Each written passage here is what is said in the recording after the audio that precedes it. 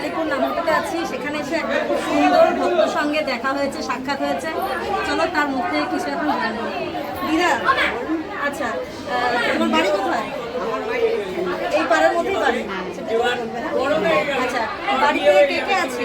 আমার ছেলে আছে, বৌমা আছে, নাতি আছে। আচ্ছা, ওরা কি ভক্ত? না, ওরা কেউ ভক্ত না। তো তুমি আমি একাই ভক্ত। একা ভক্তিপথে আছে।